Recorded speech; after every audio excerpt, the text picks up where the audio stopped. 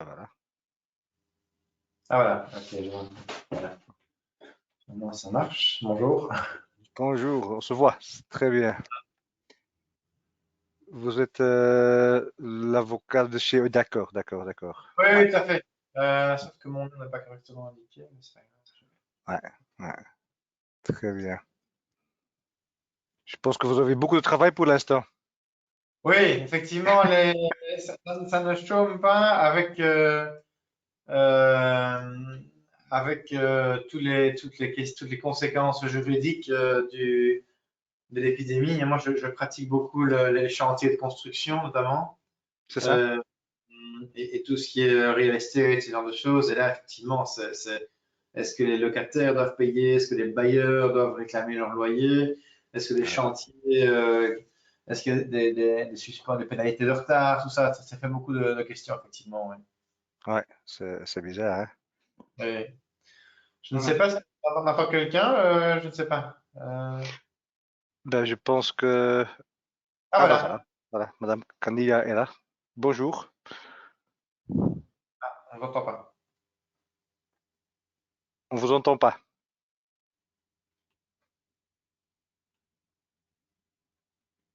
Bonjour, micro.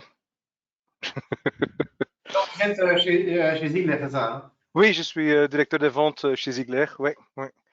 Donc, nous sommes le long du canal à Nederoever-Beek. Donc, Ah, votre- ouais, on vient de déménager il y a 4-5 mois. Ouais, donc, ouais, c'est- Et, c'est- vous avez dû arrêter l'activité? Vous êtes resté en activité tout le temps ou j'ai pas compris la question. vous êtes resté en activité? Vous avez dû arrêter l'entreprise ou bien vous avez pu Non. continuer? On doit continuer parce que quelque part c'est un secteur utile, surtout pendant cette période de confinement. Mais c'est vrai qu'au niveau le volume d'activité a fortement diminué parce que, comme vous le savez, la Belgique c'est quand même un pays transit. Oui, oui, Euh, oui, oui, et là, effectivement, on dépend beaucoup des flux de nos pays voisins. Et là, c'est ça, effectivement, comme la France, comme l'Italie, ben, il y a quand même eu un confinement total, bien sûr. ce qui a fait que bon, l'activité a vraiment diminué fortement. Oui, bien sûr. Ouais. Donc, on a dû prendre des mesures, effectivement, d'imposer un chômage économique à cause du coronavirus, etc. Donc, mais bon, en même temps, ça nous a permis, effectivement, de limiter nos coûts. Et bon, Mhm. et d'essayer de passer le plus sain que possible à côté de cette situation, quoi. Oui, bien Ouais. sûr. Mais c'est juste maintenant, après, dans la phase de déconfinement, qu'on constate les dégâts au niveau de l'économie. Et ça va être solide. Ça, je peux vous dire déjà. Ouais. Est-ce que madame, on nous entend? Vous entendez? Le J'entends son? rien, moi. Non, non. Le son n'est pas là.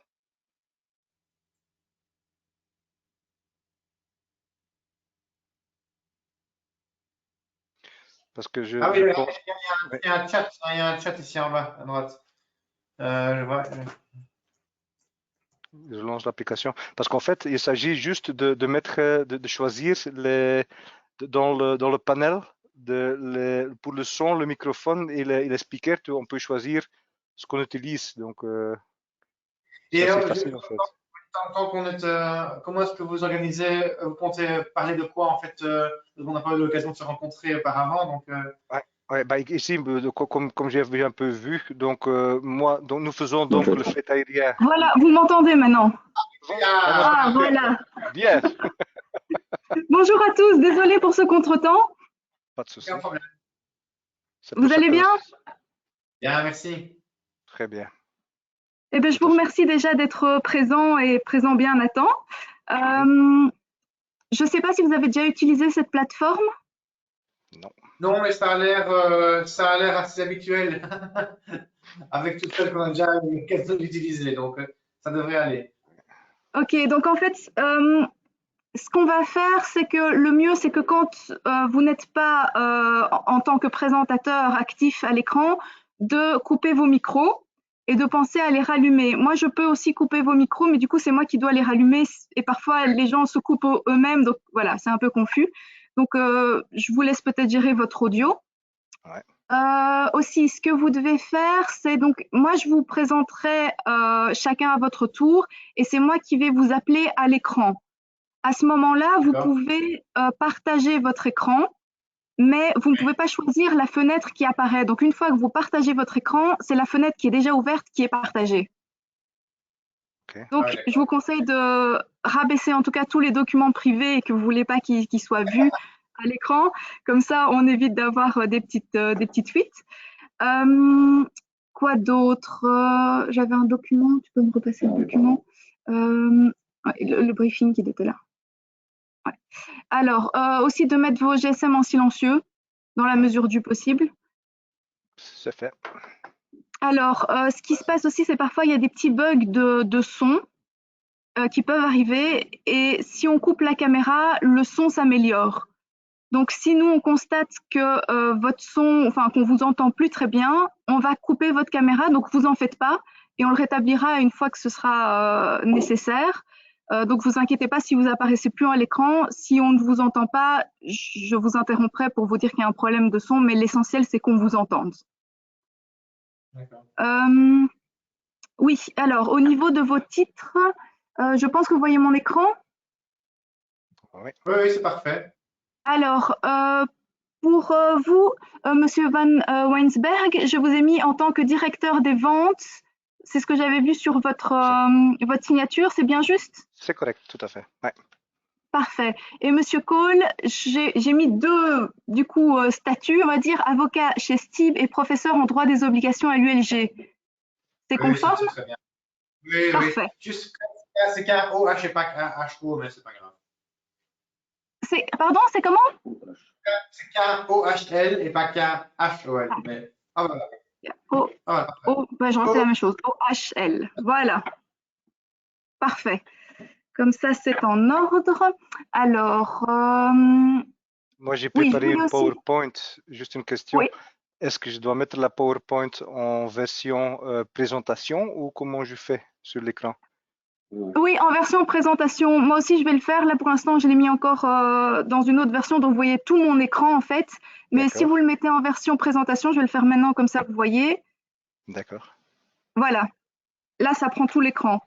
Voilà. Et pour faire passer les slides, mais je vais vous laisser tester. Donc, vous cliquez sur votre slide et puis il va changer de slide à chaque fois.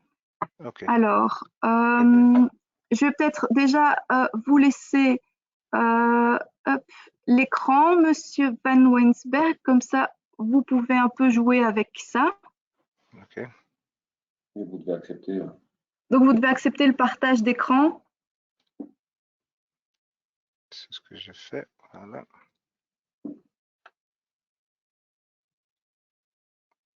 Voilà, là, on voit votre présentation en entier.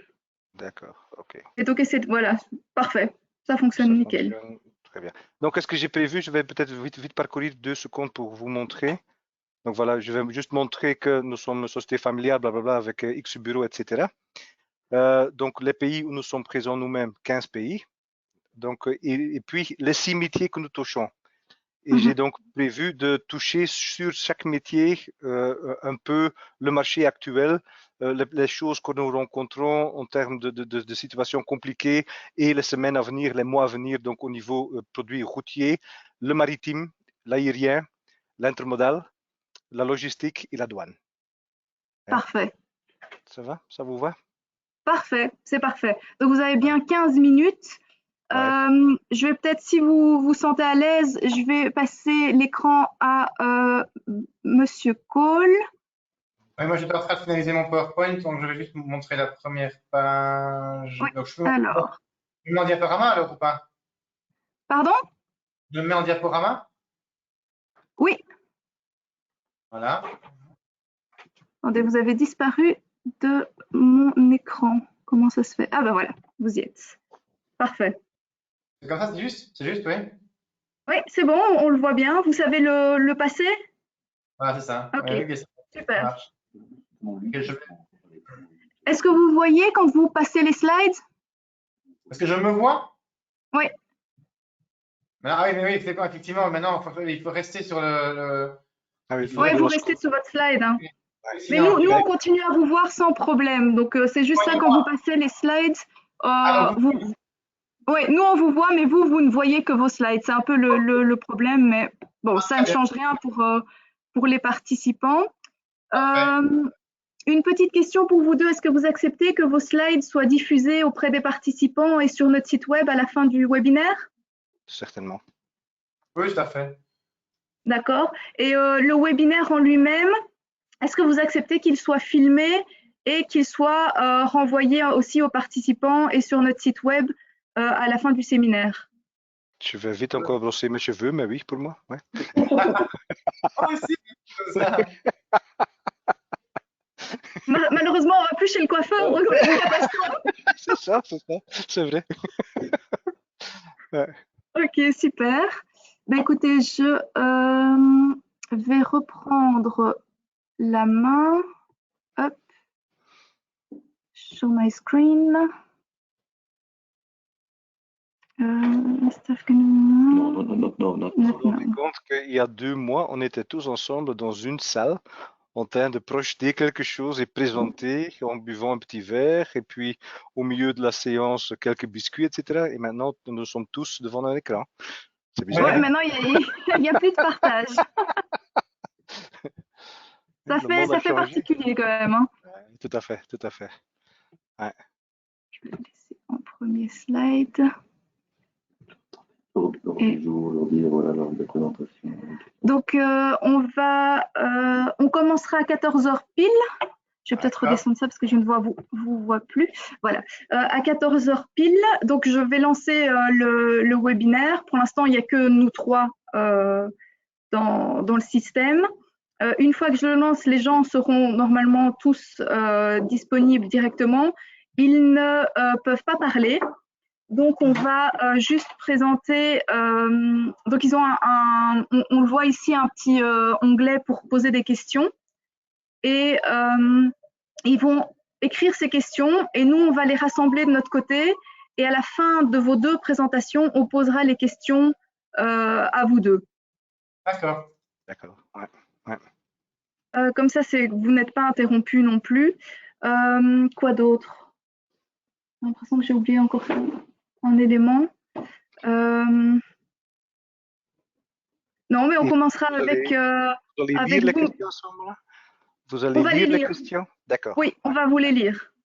D'accord, très bien. Donc, on commencera avec vous, Monsieur Van Winsberg. Ouais.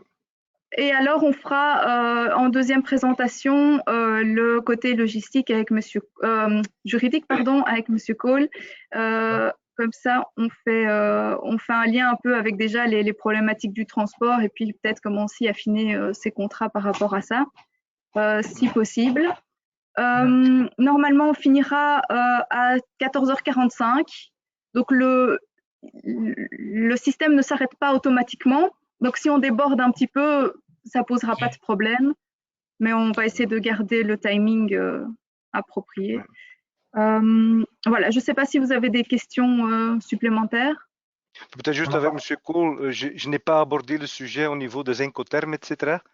Parce que ça, effectivement, ça fait aussi partie des conditions de vente.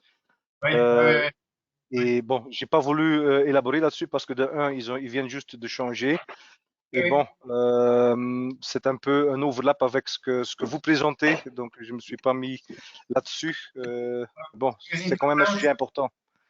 Oui, effectivement, je n'avais pas pensé d'évoquer ça, mais je vais peut-être vite faire un petit point quand même, un slide là-dessus maintenant. Ou peut-être juste élaborer là-dessus, peut-être 2 secondes, un truc pareil, parce que bon, dans le transport, c'est pas nous qui définissons les incoterms, mais bon, c'est quand même quelque chose qui est très important, surtout au niveau des responsabilités. Hein. Oui, transfert des risques, ce genre de choses, c'est vraiment tout à fait, oui. Ouais. Mais est-ce que les Incoterms indiquent des éléments sur la force majeure? Non. En fait, douane, de livraison, assurance, transport, ça oui, mais. Ouais, mais pas au niveau, non, au niveau des forces majeures, etc. Bon, ça dépend comment le client a décidé la vente. finalement, pour la partie force majeure, non, il n'y a rien d'indiqué là-dessus. Non, non. Oui, tout à fait. Non, Ouais. non. Ok. Ça va. Donc on se déconnecte, on se reconnecte dans un quart d'heure alors? Non, vous pouvez rester en ligne, couper peut-être les vidéos, les micros, mais restez en ligne.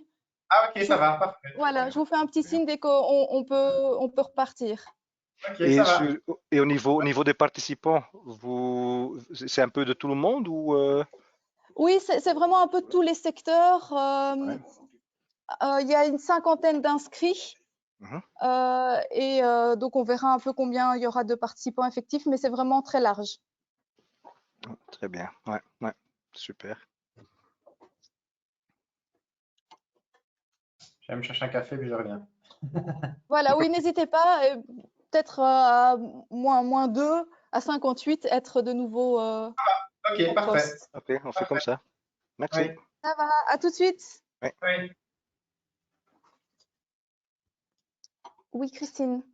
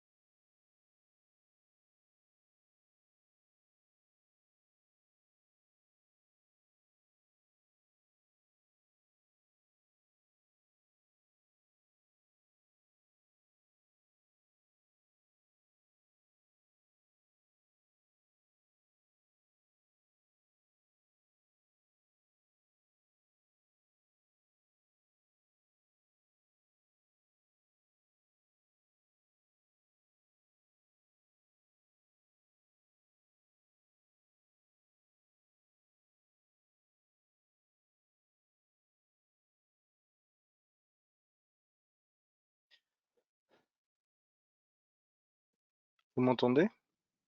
Oui, Benjamin, oui, je suis là. Ah bah voilà, impeccable. De retour.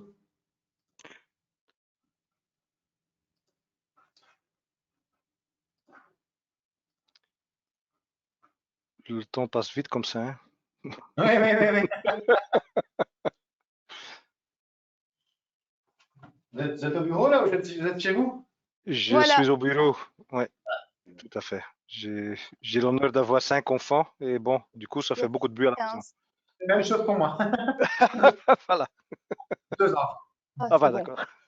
parfait. Vous m'entendez toujours? Oui, oui, tout à fait. Oui, oui. Parfait. Et là, vous allez me voir. Voilà, parfait. Donc, on est à 15 personnes qui sont enregistrées. Il est 14 heures. Est-ce que vous voulez qu'on attende encore une petite minute ou deux pour que ça se remplisse? Je pense, Oui, hein. c'est oui. Quand D'accord. il y avait 45 personnes d'inscrits et seulement 15 de connectés, Ouais. c'est Ah, ça augmente, ça augmente. On va attendre bien, encore 2 petites minutes alors. c'est ça. Parfait. De toute façon, de mon côté, moi, j'avais prévu d'être dispo jusqu'à 15h30 en fait. Donc, Parfait. Ah, super. Mais normalement, on ne devrait pas finir en retard, même si on commence un peu plus tard. On ne devrait pas finir trop tard. on sait jamais dans la vie, hein. C'est vrai, mais croisons les doigts. Pour l'instant, tout marche. Ouais, parce que Donc, je vais rouvrir. après cette situation de Covid-19, je pense avoir tout vu presque, mais ici, on n'a encore rien vu. J'ai l'impression. Donc, Non, j'ai pas encore dit. Ouais, c'est bizarre. Enfin, c'est pas grave. Tant que c'est le mien. Comme ça, au moins, les gens savent que c'est on. Hop. Voilà.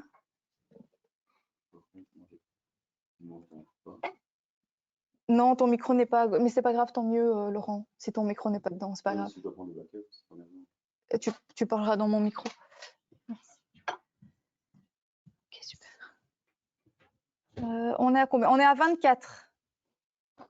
Ouais, ça augmente. c'est bien. Continuons dans la bonne direction.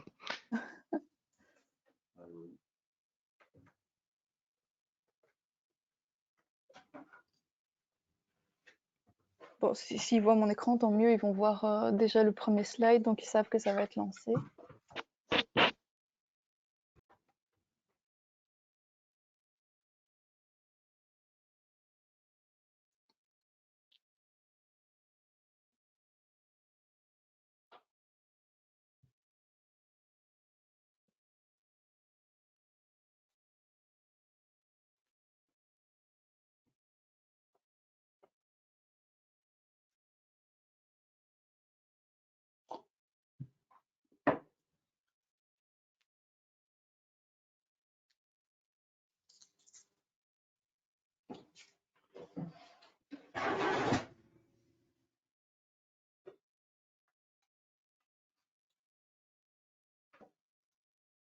Voilà, on a passé la barre des 30. Ah merde, tu sais pas mettre un casque ou quelque chose? Ouais. Je propose qu'on lance le webinaire, si ça vous va? Oui, tout à fait. Allez, parfait. Je commence.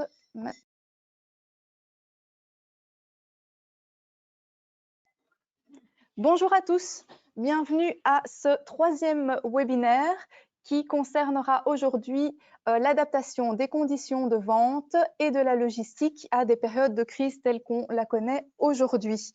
Alors, j'ai le plaisir d'avoir avec moi 2 orateurs experts dans leur domaine qui ont l'amabilité de se joindre à nous pour ce webinaire.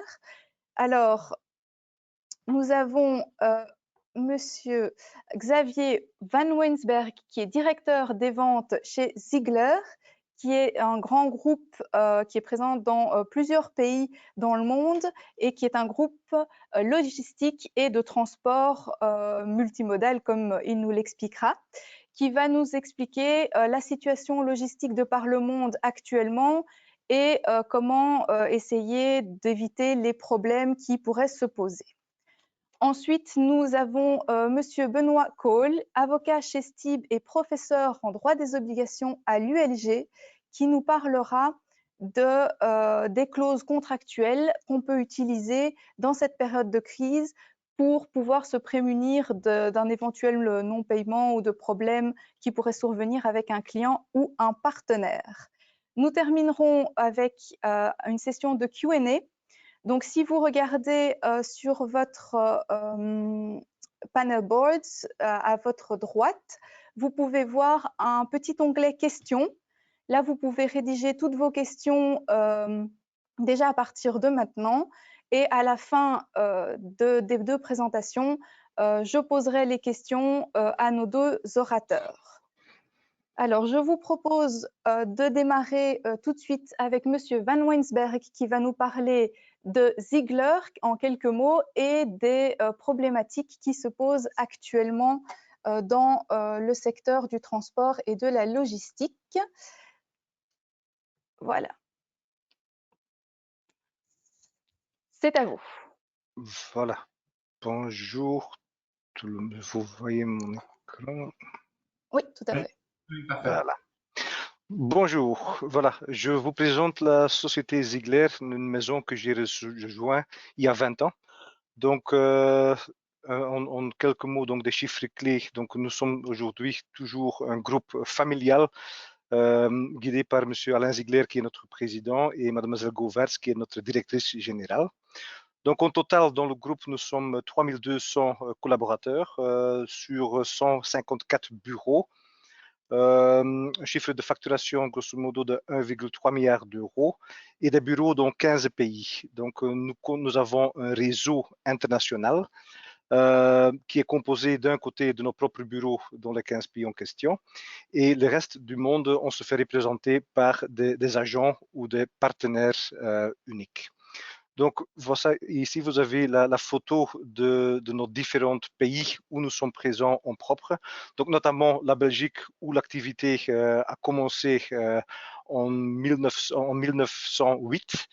C'est notamment le pays où notre siège se trouve toujours.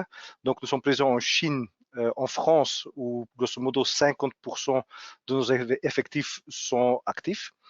On est présent en Allemagne, en Grèce, à Hong Kong, l'Irlande, le Luxembourg, le Maroc, les Pays-Bas, la Pologne, l'Afrique du Sud, la Suisse, parce que la famille Ziegler, c'est une famille belgo-suisse, la Tunisie et le Royaume-Uni.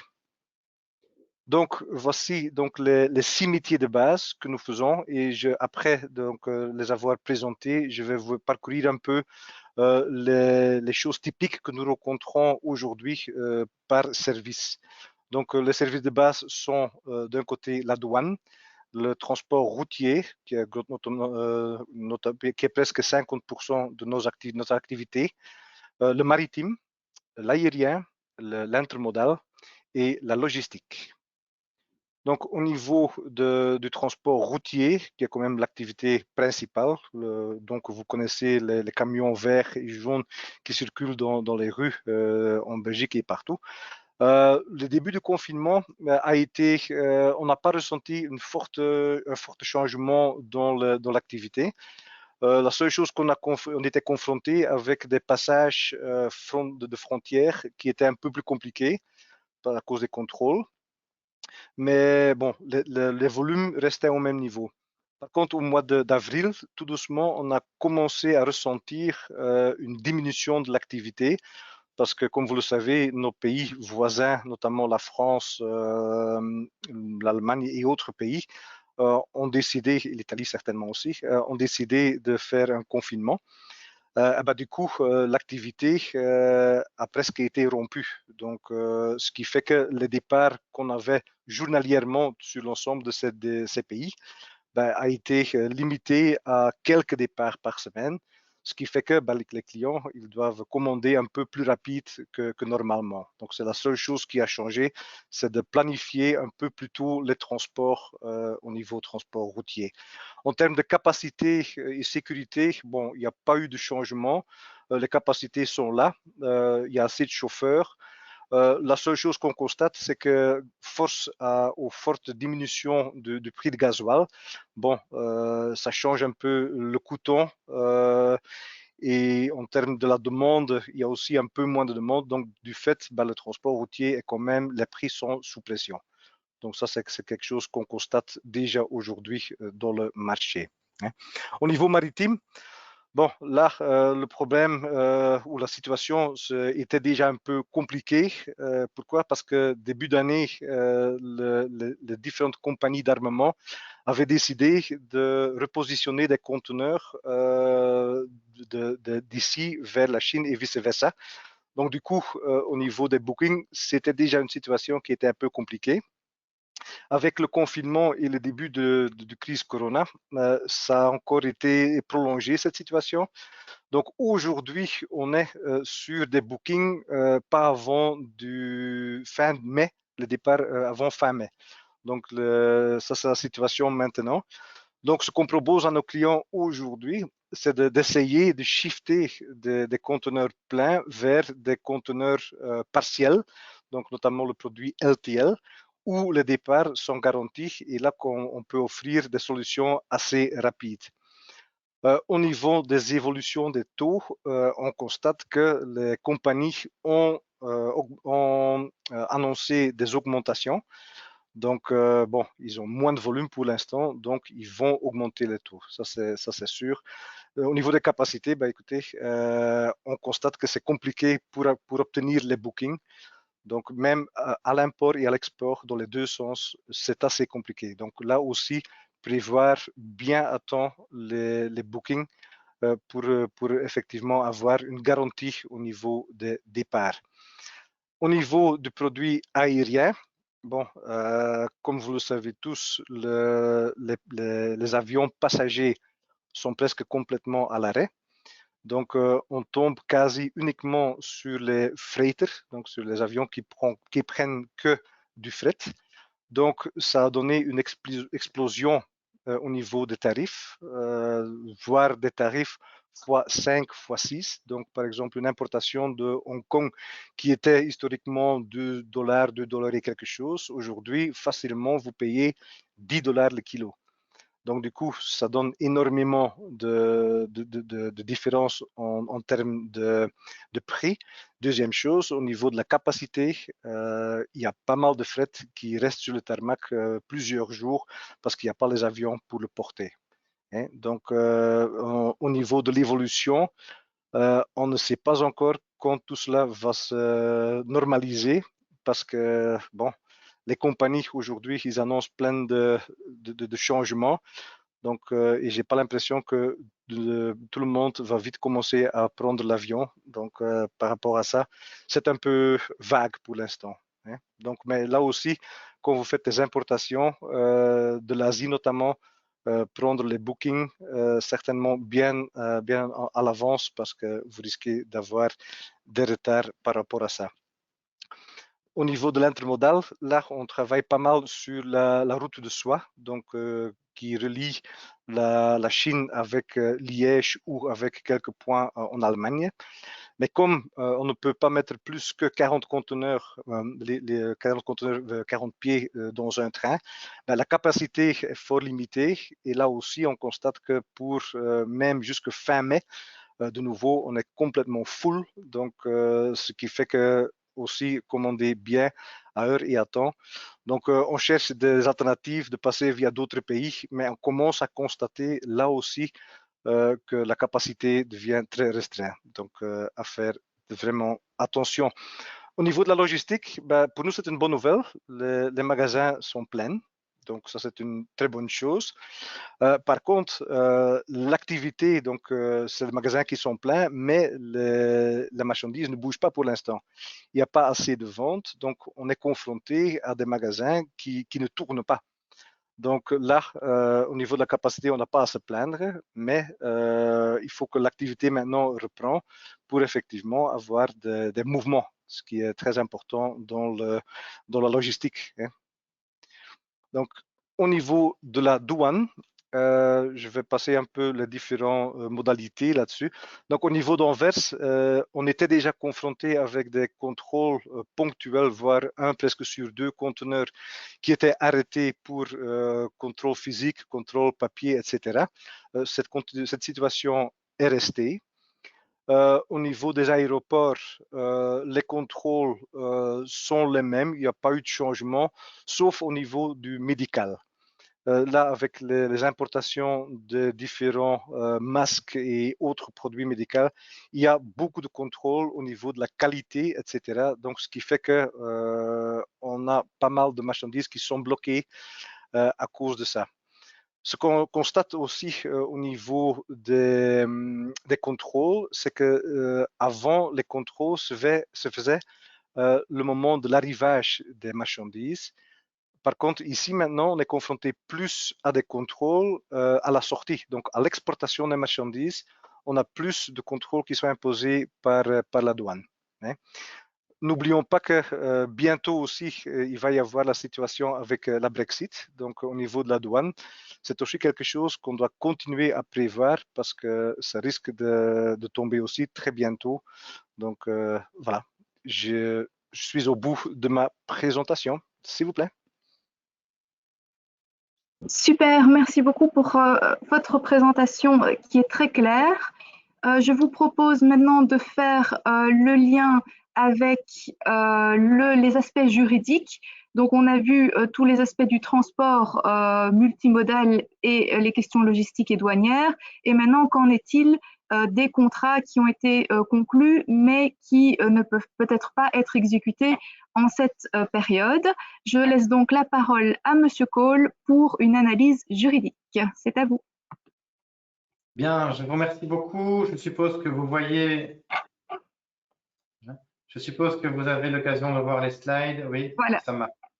Bien, bonjour à tous. Donc, il est demandé, il est proposé de voir et de réfléchir si l'épidémie actuelle n'est pas l'occasion finalement de réfléchir sur ces conditions générales et sur les différentes clauses qui peuvent figurer dans les contrats, notamment les contrats de vente en interne et les contrats de vente à l'exportation, bien évidemment. Alors, avant de commencer sur ces clauses, la première chose à laquelle il faut songer lorsqu'on est une entreprise qui achète ou qui vend, qui preste des services ou qui commande des services, c'est de savoir ce qui se passe dans l'hypothèse où il n'y a pas justement de clause qui a été convenue, ça arrive encore parfois.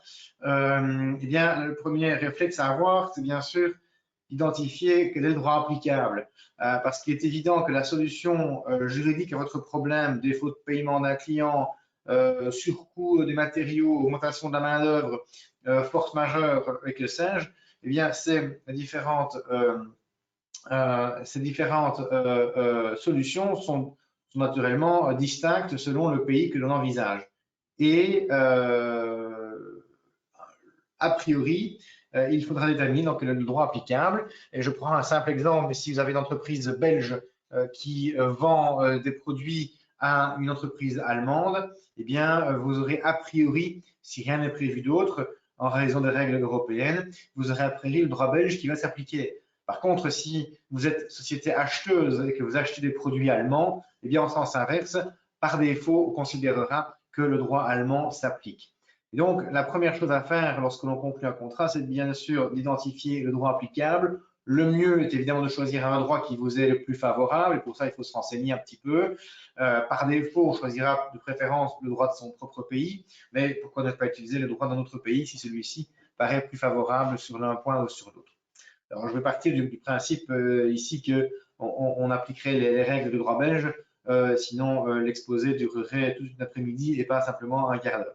Alors, deuxième point à se poser, deuxième question à se poser lorsqu'on est face ainsi à un litige qui se passe en l'absence de clauses particulières, eh bien, c'est de voir quelle est la situation actuelle. La situation actuelle, c'est une situation de force majeure, puisqu'on est dans une situation où on a une épidémie qui entraîne la prise de mesures gouvernementales qui imposent certaines fermetures et certaines restrictions.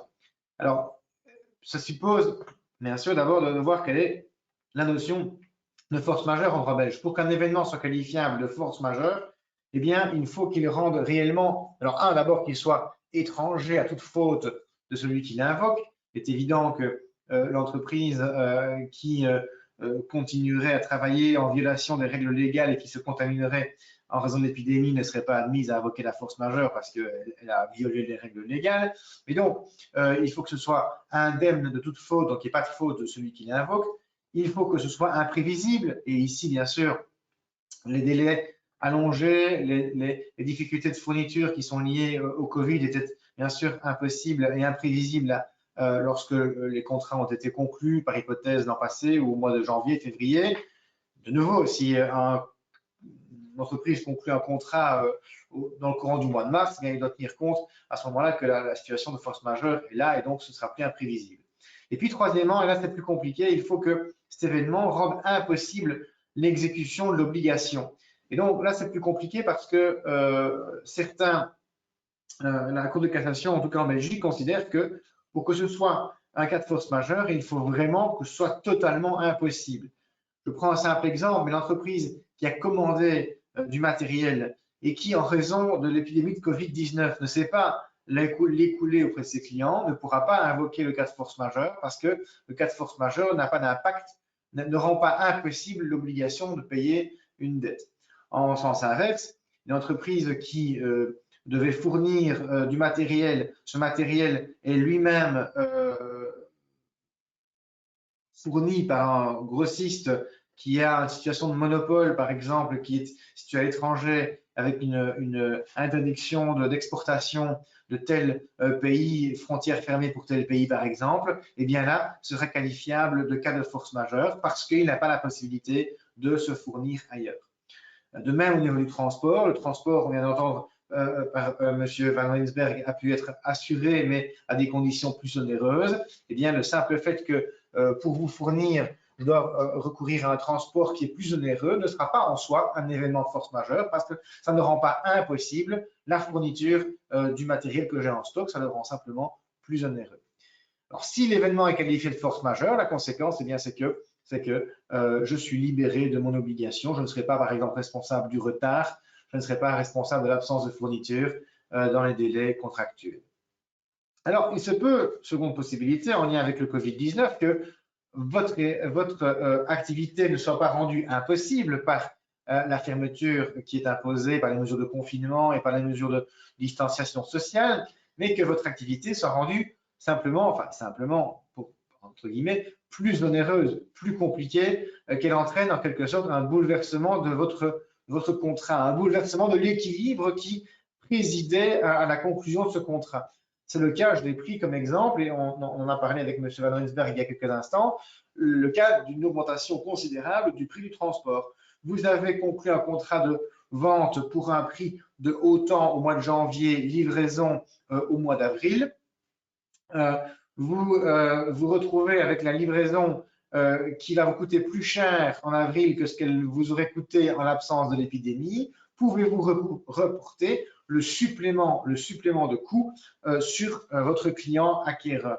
Bien, en droit belge, la réponse est catégoriquement négative. C'est ce qu'on appelle le rejet par la Cour de cassation et par les cours de tribunaux de la théorie dite de l'imprévision. Des circonstances imprévisibles qui bouleversent le contrat ne peuvent pas donner lieu à une annulation ou à une révision des conditions du contrat. Alors ça, c'est le principe. Maintenant, je laisse toutefois deux portes ouvertes, ou au moins il y en a d'autres, mais enfin les deux principales sont d'abord que dans la matière de la vente internationale, et c'est ce dont on parle maintenant, il faut savoir que la Convention de Vienne sur la vente de marchandises reconnaît la théorie de l'imprévision. Donc si votre contrat est soumis à la convention de vente, la convention de Vienne sur la vente de marchandises, eh bien là, vous pourrez faire état des circonstances imprévisibles pour demander une adaptation du contrat, on va y revenir. Et puis les principes unidroits sont également une source de droit, même si c'est une source doctrinale, et les principes unidroits reconnaissent également l'adaptation des contrats en cas de circonstances qui bouleversent l'économie du contrat. Et ces principes unidroits ont déjà été appliqués par la Cour de cassation dans des hypothèses d'imprévision à des contrats de vente internationale, même lorsqu'ils n'étaient pas soumis à la Convention de Vienne, ce qui permet de dire qu'au niveau de la vente internationale, même soumise au droit belge, eh bien, il y a une porte ouverte laissée par la Cour de cassation pour reconnaître les événements imprévisibles comme pouvant constituer un cas obligeant les parties à renégocier le contrat. Et enfin, pour vous tenir au courant des évolutions législatives. Nous avons déposé à la demande de Miss Koen-Gaines, une commission de professeurs d'université dont je faisais partie, a proposé une réforme du droit des obligations, et parmi cette réforme figure notamment la reconnaissance en droit belge du bouleversement des circonstances comme donnant lieu à une renégociation obligatoire du contrat. C'est une nouvelle disposition qui n'a pas encore été votée, mais il y a de fortes chances qu'elle soit votée très prochainement. Et ça ne fait finalement que reconnaître la situation qui existe aux Pays-Bas, en France, en Allemagne ou bien dans la Convention de Vienne. Alors, justement, face à ces situations en absence de clause, n'est-ce pas justement l'occasion de revoir un peu ces conditions générales? Et il y a 3 clauses sur lesquelles je souhaite revenir.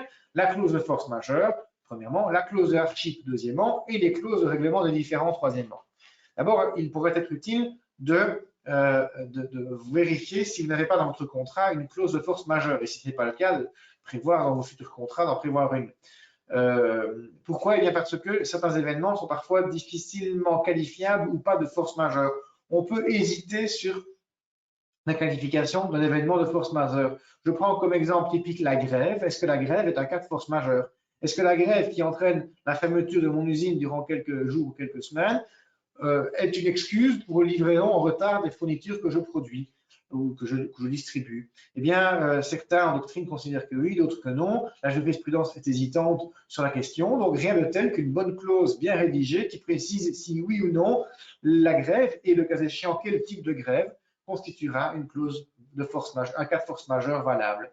Et puis la clause de force majeure peut aussi vous permettre de préciser les conséquences en cas de survenance d'un cas de force majeure. Est-ce qu'il y a un délai à respecter pour faire état du cas de force majeure? Et qu'est-ce qui se passe si le délai n'est pas respecté? Et qu'est-ce qui se passe également au niveau des conséquences de la force majeure? Est-ce que simplement aucune partie n'est tenue à quoi que ce soit, ou bien est-ce que la partie qui subit la force majeure et qui doit par exemple faire des efforts supplémentaires pour recommencer la production, est-ce qu'elle peut imputer certains frais à son partenaire contractuel? Tout ceci peut être opportunément prévu dans une telle clause de force majeure.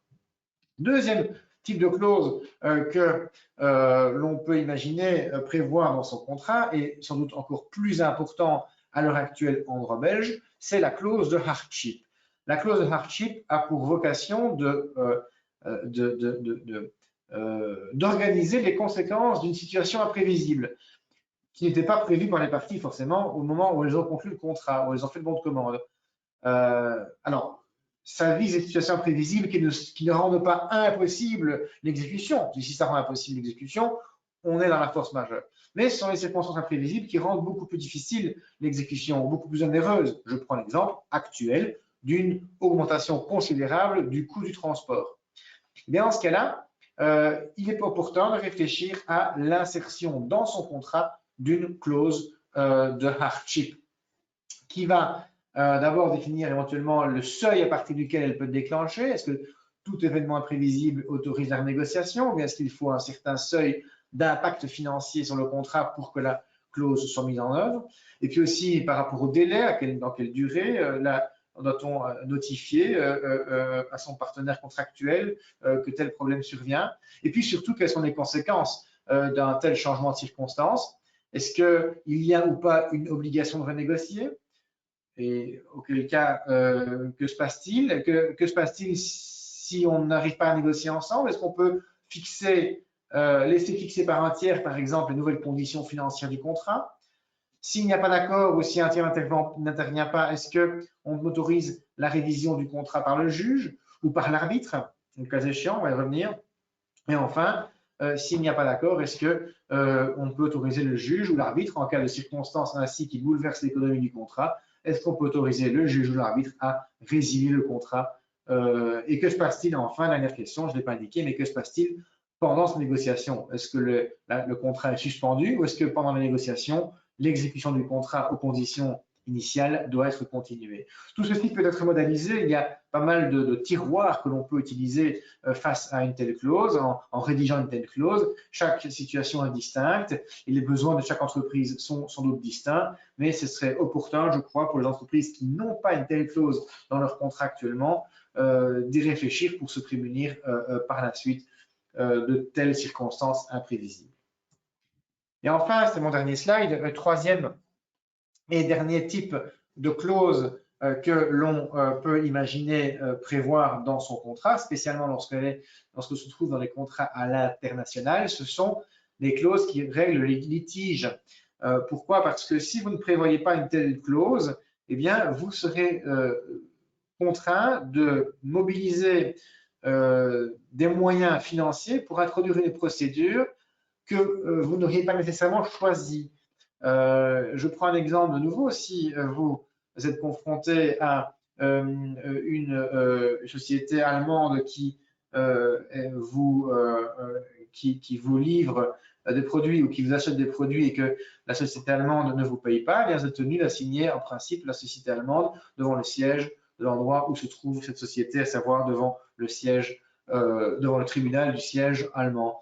Alors, je parle de toute confiance dans les tribunaux allemands, mais on peut prévoir des clients qui se trouvent beaucoup plus loin dans le monde et vous pourriez être contraint, malheureusement, de devoir assigner loin à l'étranger, engager des frais judiciaires.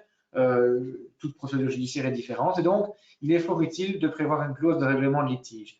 Alors, le règlement de litige peut d'abord passer par simplement établir que seront compétents les tribunaux belges, par exemple, pour les entreprises qui sont établies en Belgique. Mais lorsqu'on travaille à l'exportation, c'est pas toujours facile d'imposer les tribunaux belges à l'égard de son partenaire contractuel. Et pour ce motif-là, eh bien, il est très opportun, sans doute, de proposer un recours alternatif à des modes alternatifs de règlement des différends.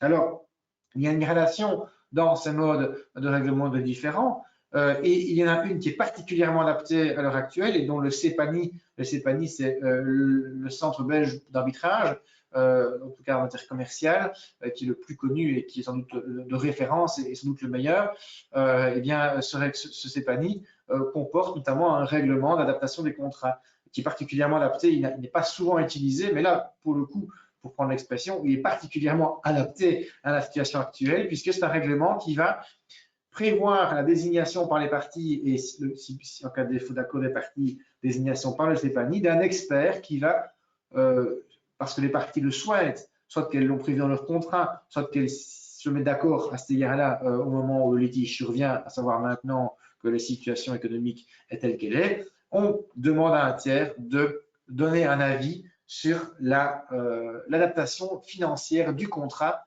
aux circonstances. Et là, il y a deux possibilités de nouveau. Il y a une branche, c'est A ou c'est B. Soit l'avis de l'expert est un avis qui n'est pas contraignant, c'est juste un simple avis. Et avec cet avis, eh bien, les parties peuvent continuer à négocier le cas échéant et s'accorder sur une renégociation des conditions du contrat.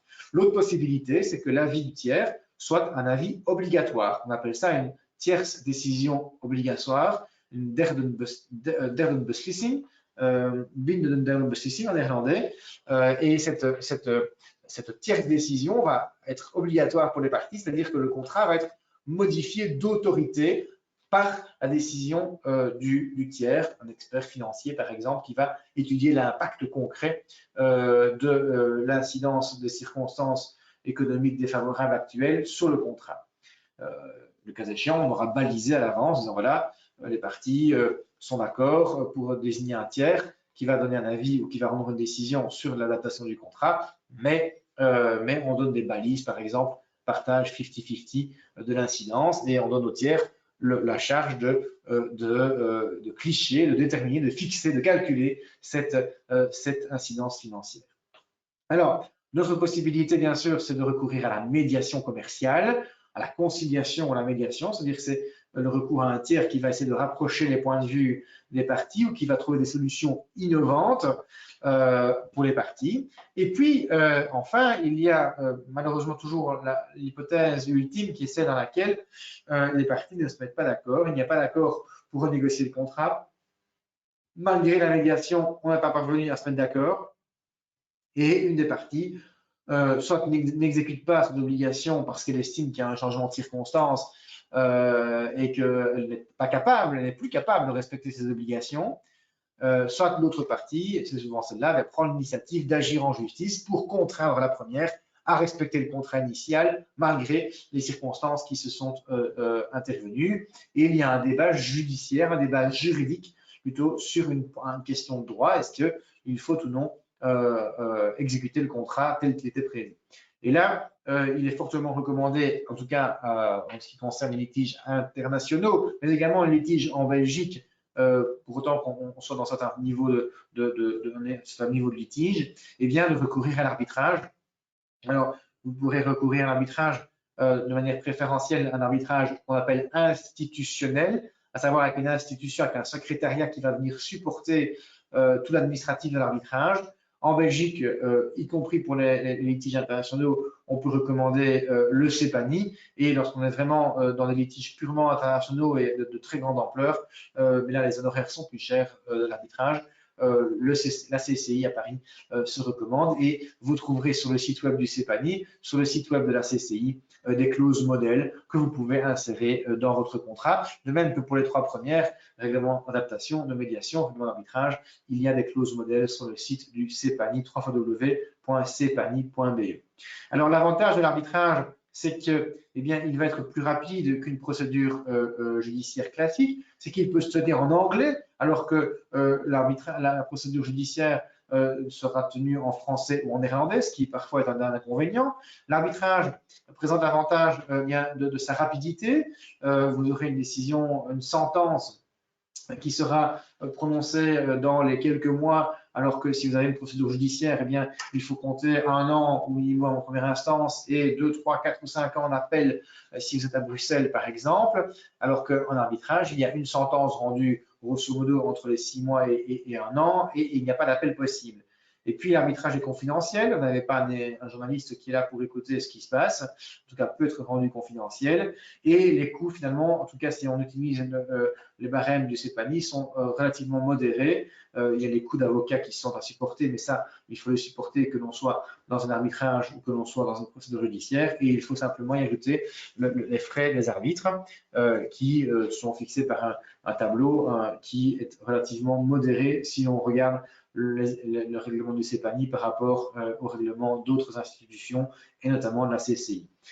Enfin, lorsque l'arbitre rend une sentence, donc il y aura une décision sur le litige, est-ce qu'il faut poursuivre l'exécution du contrat au même prix, ou est-ce que au contraire il y a un cas de force majeure qui intervient, ou est-ce que on est dans un cas d'imprévision qui pourrait être admissible pour des raisons déterminées? Eh bien, la sentence que rend l'arbitre, elle a le gros avantage de pouvoir, entre guillemets, se balader à l'international et donc de pouvoir être exécutée dans tous les pays du monde, en tout cas quasiment tous les pays du monde. Pourquoi? Parce qu'il y a une convention de l'ONU, une convention de New York des années 50 qui reconnaît, qui oblige en quelque sorte les États à reconnaître des sentences arbitrales. Et donc les sentences arbitrales passent beaucoup mieux les frontières que les jugements. Les jugements, quand vous êtes en Europe, ça passe, mais une fois que vous dépassez le cadre européen, c'est difficile de la faire exécuter. En revanche, votre sentence arbitrale, vous la prenez, vous la faites exéquaturer, comme on dit, dans n'importe quel pays, et vous pouvez commencer à pratiquer des saisies, par exemple, s'il faut, le cas échéant, obtenir la récupération de certains montants qui resteraient à un pays. Voilà, en un quart d'heure et un peu plus, désolé pour le petit retard, ce que je voulais vous dire donc, sur la force majeure, l'imprévision dans le cadre de l'épidémie actuelle, sur les clauses de force majeure, les clauses de hardship, et puis enfin sur le règlement des litiges si jamais eh bien, il y a une difficulté qui persiste et que la négociation simplement entre les parties ne permet pas de résoudre ce litige. Je reste bien sûr à votre disposition pour toute question. Voilà, je vous remercie. Merci bien pour cet exposé très clair. Et je vous propose maintenant de passer aux questions. Donc, on a plusieurs questions qui sont subdivisées. Donc, on va commencer avec les questions qui concernent la logistique et le transport. Donc, une première question pour Monsieur Van Weinsberg. Alors, en Europe, quelle est la capacité de trafic routier qui est disponible? Donc, quel est le meilleur moyen de faire transporter sa marchandise et quels sont les délais pour envoyer de la marchandise, par exemple, à Barcelone? Est-ce que par rapport aux délais qu'on avait avant, est-ce qu'ils sont doubles, triples ou est-ce qu'ils sont plus ou moins similaires? Donc, en Europe. Donc, en Europe, pour l'instant, on ne constate pas de retard au niveau des temps de rouler. Donc, il n'y a pas de vrai bouchon, pas de situation inconnue. C'est juste le passage à la frontière qui pourrait retarder. Mais là, on parle d'une demi-heure, 1 heure qu'on perd. Ce qui, dans le chemin, parce qu'il faut savoir, aujourd'hui, les temps de roulage sont un peu différents aux normes qui sont imposées par l'Europe. Donc du coup, aujourd'hui, on n'est pas confronté à des vrais retards au niveau du transport routier en Europe. C'est quelques heures qui sont rattrapées dans le chemin parce que les chemins sont assez longs. Mais pour vous donner l'idée, aujourd'hui, un départ vers Barcelone d'un camion complet, il part aujourd'hui dans l'après-midi et le lendemain, le jour B, vers 16 heures, il est déjà sur Barcelone. Donc, en prenant une bonne journée pour la livraison. Donc, AC, c'est normal, tout à fait. Ouais. Le transport routier, je disais, est encore le plus fiable en Europe à l'heure actuelle. Tout à fait. Parfait. Alors, deuxième question, toujours dans le transport, mais cette fois-ci le transport aérien. On nous demande si on pourrait accroître l'offre en mobilisant des avions de Air Belgium ou Brussels Airlines, en les transformant en charter et en accroissant du coup les capacités de transport aérien, et ça diminuerait éventuellement les prix. Est-ce que c'est faisable? Est-ce que ça a été fait? Est-ce que c'est limité à un certain type de transport? Qu'est-ce qu'il en est? Donc, en fait, le type d'avion est tout à fait différent. Hein. Donc, comme dans le transport aérien, toujours en transport passager, il y a une partie de l'avion qui est sous-louée pour des marchandises. Donc, tout dépend, la capacité dépend du nombre de valises qui sont dans l'avion. Donc, il n'y a qu'une partie de l'avion qu'on peut utiliser pour charger le fret. On a tous vu dans les médias les photos des colis et des boîtes qui sont à la place des passagers pour notamment les masques, etc., etc. Mais je pense que là, c'est vraiment des cas uniques et plutôt nécessaires pour avoir des flux assez réguliers des marchandises, de protection comme les masques, etc. Dans la foulée que nous vivons aujourd'hui, mettre des avions passagers à 100% à disposition pour ce genre d'opération, ça devenait beaucoup trop cher. Malheureusement, ce n'est pas la solution et mieux que ça, ça fonctionne que dans une direction. Aujourd'hui, il y a énormément de fret qui vient de l'Asie vers l'Europe, mais dans l'autre sens, il n'y a quasi pas de départ de marchandises. Donc, au niveau des coûts, ça ne changerait pas grand-chose. On doit toujours essayer de trouver dans le transport un équilibre entre l'export et l'import. À ce moment-là, les coûts sont repartagés 50-50 et c'est dans l'avantage d'avoir des taux et des tarifs intéressants. Par contre, ici, on doit quasi à 100% récupérer l'aller et retour sur l'import. Et là, ça devient très cher et ça reste très cher, malheureusement. Donc, non, malheureusement, ce n'est pas la solution. Non. Donc, il faut attendre que le transport aérien se remette complètement pour revenir à des prix ordinaires. D'accord. Dernière question logistique, ça concerne le transport de matériel médical.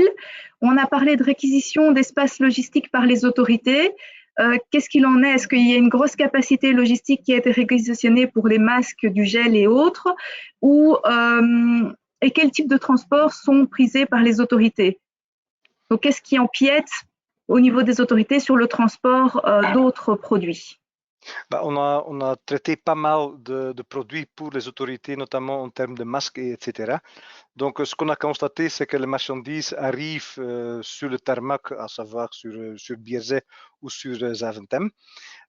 Et là, c'est les autorités, notamment le service civil, qui reprend directement les marchandises dans leurs mains, dans leurs entrepôts, en fait. Donc, en termes de logistique, là, il n'y a pas de grande différence. Par contre, dans la situation où tous les magasins, etc., étaient fermés, qu'il n'y a pas eu de vraie vente dans les magasins, des grandes sociétés qui étaient en train de produire des collections textiles, des sociétés comme, pour ne pas citer les noms, mais des sociétés qui ont une activité reliée aux saisons de vacances, notamment des valises, etc., il y a la production qui est en train de venir de la Chine, mais comme il n'y a pas de vente dans les magasins et pas le moyen de les distribuer, il fallait trouver les magasins pour les mettre parce qu'on ne peut pas laisser malheureusement les conteneurs à quai dans nos différents ports parce que les coûts sont énormément importants et du coup tout le monde a été chercher de l'espace libre dans les magasins pour stocker ces marchandises jusqu'au moment que les ventes se reprennent. Ouais.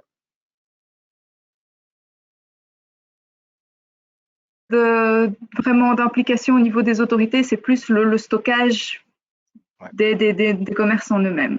Super. Ouais. Alors, on va passer aux questions juridiques maintenant. Donc, la première question, c'est qu'en est-il des marchandises qui sont périssables, qui ont été bloquées par manque de transport? Est-ce qu'on est dans un cas de force majeure qui permet de ne pas exécuter le contrat et qui va payer la destruction des produits périmés? Bien, en ce qui concerne donc les marchandises donc, qui sont stockées et qui, il faut d'abord les montrer. Première chose, c'est de voir le contrat. A priori, le contrat pourrait prévoir une clause qui organise cela. Et puis deux, si ce n'est pas le cas, il faut simplement voir si les conditions de la force majeure sont remplies.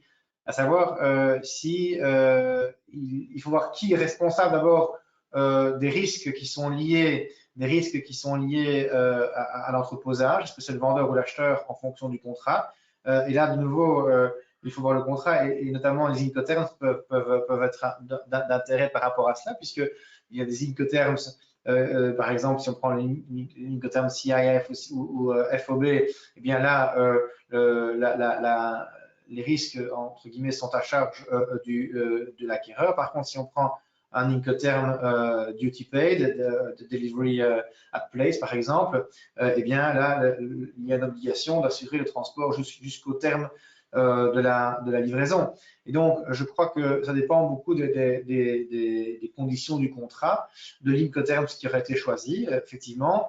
Et en fait, la partie qui va ne pas être capable de livrer la chose comme elle l'a prévu par le contrat, eh bien, ne sera pas tenue, si on applique la force majeure, ne sera pas tenue du retard, si elle peut faire valoir un cas de force majeure, ne sera pas tenue des conséquences fautives de la force majeure, mais par contre devra assumer le coût des matériaux qu'elle ne sait pas livrer. Donc c'est une sorte de partage en quelque sorte des coûts, à savoir qu'il n'y a pas de faute liée à l'absence de livraison dans les délais en raison des cas de force majeure, donc pas de dommages et intérêts par exemple qui sont payables par le fournisseur à l'acquéreur parce qu'il aurait fourni trop tard la marchandise.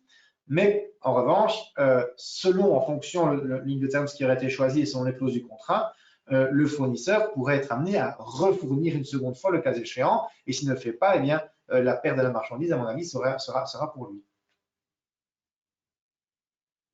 Merci bien. On prend une dernière question parce que je vois qu'il est déjà 47. Donc, la dernière question aussi pour vous, Monsieur Cole. Alors, ça concerne l'arbitrage. Est-ce qu'il y a une procédure précise à suivre si on recourt à l'arbitrage? Est-ce qu'il y a des contrats types ou des clauses types qu'on peut insérer telles quelles? Où est-ce qu'on les trouve? Comment fait-on? Alors, si je vais vous montrer un moyen. Donc, la première chose, c'est que soit il y a une clause d'arbitrage dans le contrat déjà. Et là, il suffit, entre guillemets, de suivre la clause, de voir quel est le centre qui a été désigné. Si je prends l'exemple belge, ce sera le CEPANI. Sinon, ce sera, par exemple, la CCI à Paris. S'il n'y a pas de clause d'arbitrage, il est toujours possible aux parties qui sont en conflit de se mettre d'accord pour convenir d'un arbitrage au moment où le litige prend naissance. Aujourd'hui, par exemple.